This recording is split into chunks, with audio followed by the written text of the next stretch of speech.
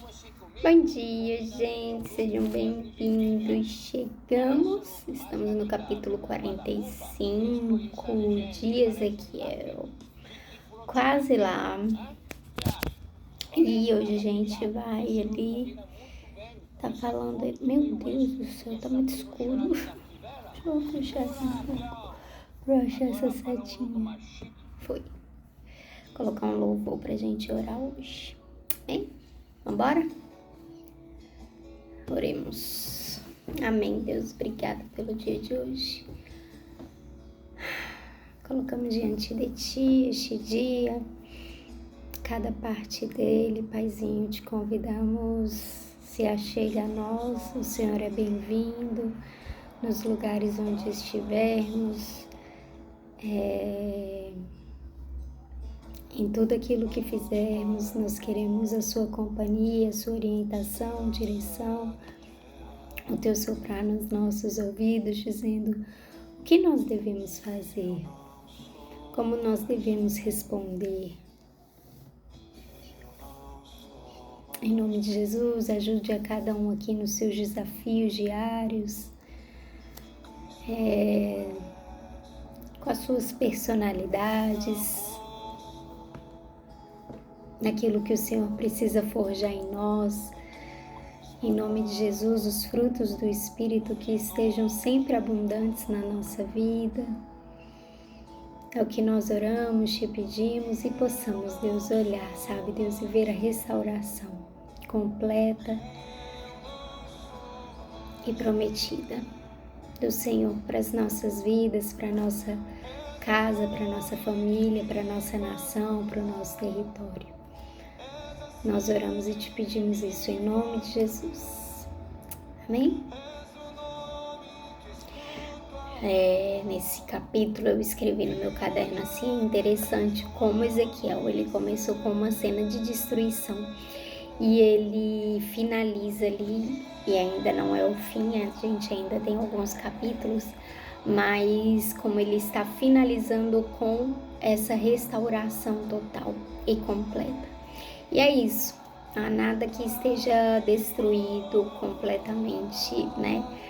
Acabado, que para você pareça o fim, que o Senhor não possa restaurar, renovar, fazer tudo novo e melhorar e levantar, né? Essa é a canção de Simeão, acordei com ela no coração, na mente hoje, no pensamento, e ela vai falar sobre um homem que passou a sua vida esperando o Messias. E o Senhor falou para ele que ele não morreria sem conhecê-lo, sem antes vê-lo. E aí Jesus nasceu e aí os pais dele, né, Maria e José, foram apresentar ele no templo e quando ele olhou, ele falou, é ele. Por isso que fala a canção de Simeão, é Simeão o nome dele. Ele falou, meu Deus, conheci, Senhor, pode me levar. Agora sim, a promessa está completa, concluída. Então, é isso. Quem sabe o que ele viu, o que ele passou na vida dele, né? Mas havia uma promessa e ela se cumpriria. E ele não morreria sem antes vê-la. E que assim seja sobre nossas vidas, sobre a sua vida. Que nós possamos ver tudo aquilo, sabe, que o Senhor nos prometeu. E ver principalmente restauração, restituição, sabe? Ver algo se levantar das cinzas, como a gente viu, né? Capítulo 37 de Ezequiel, sabe? Um exército se levantar de ossos sequíssimos. Então é isso, vamos começar? Senão a gente não acaba em tempo. Vai dizer, quando a terra for dividida entre as tribos, uma parte deverá ser separada para Deus, o Senhor. Essa parte medirá 12,5 km por 10 km e será santa.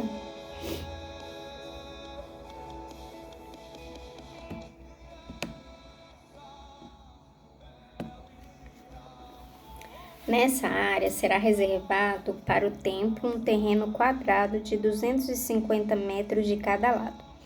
Em volta desse terreno haverá um espaço livre de 25 metros de largura.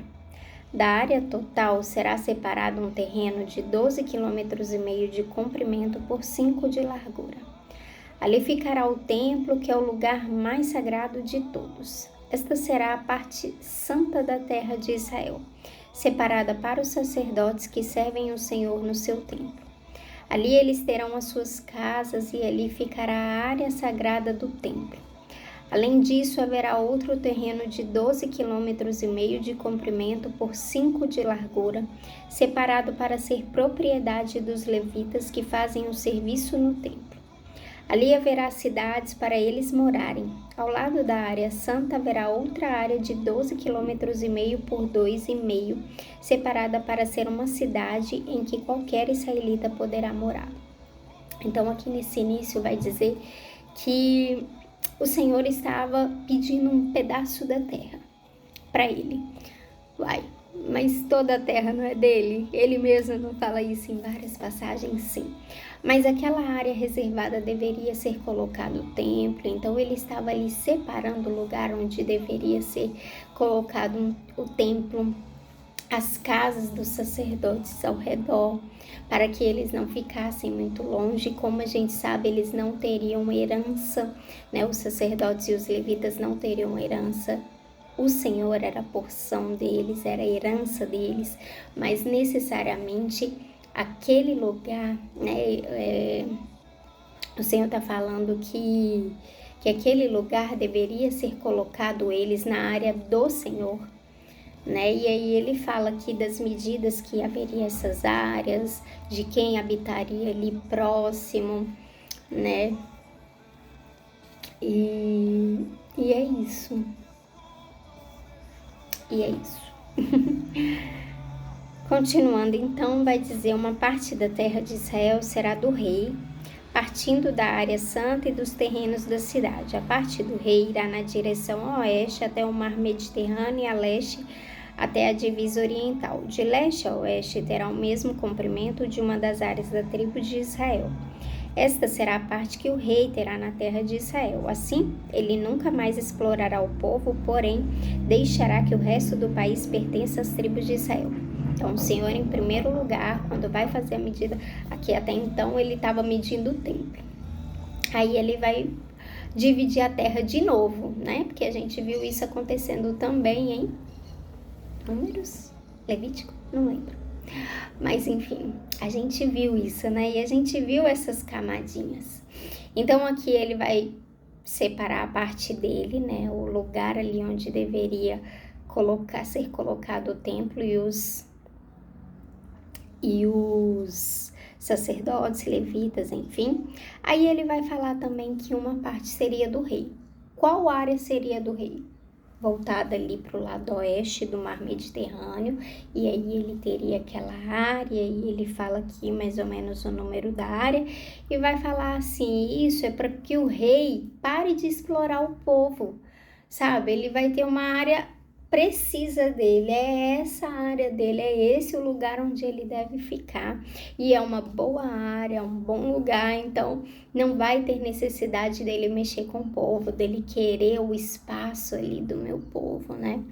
Então Deus vai colocar nesses termos: esta será a parte que o rei terá na terra de Israel. Assim, ele nunca mais explorará o povo, porém deixará que o resto do país pertença às tribos de Israel.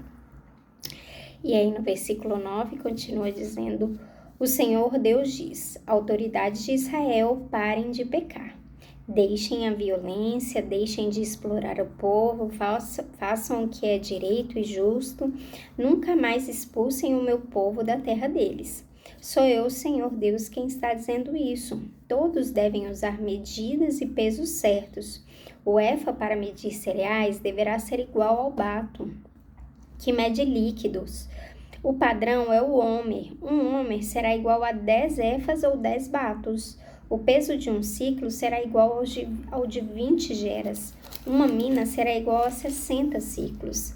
As suas ofertas deverão ser feitas nas seguintes bases: do trigo, que você escolher, e entregue uma parte em 60 da cevada, a mesma coisa, do azeite uma parte em 100 do que as suas árvores produzirem.